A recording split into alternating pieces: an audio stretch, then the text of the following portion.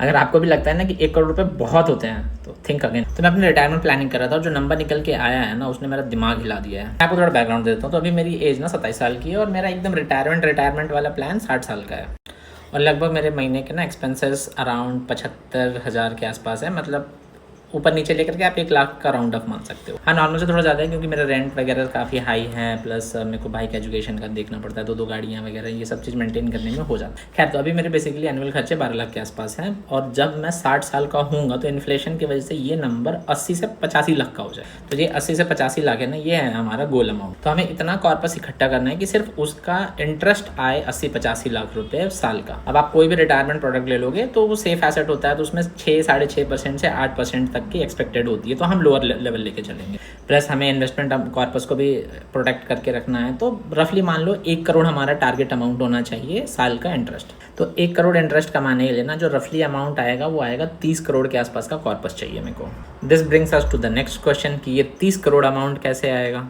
तो इस पे आता है मेरा फेवरेट SIP।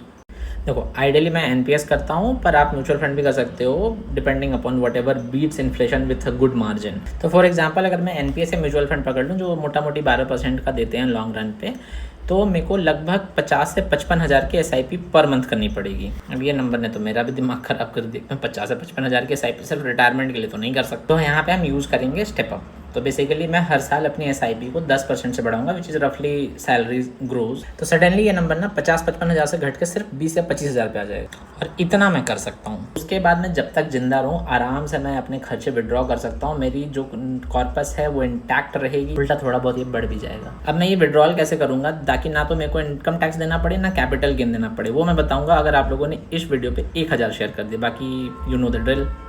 जय हिंद।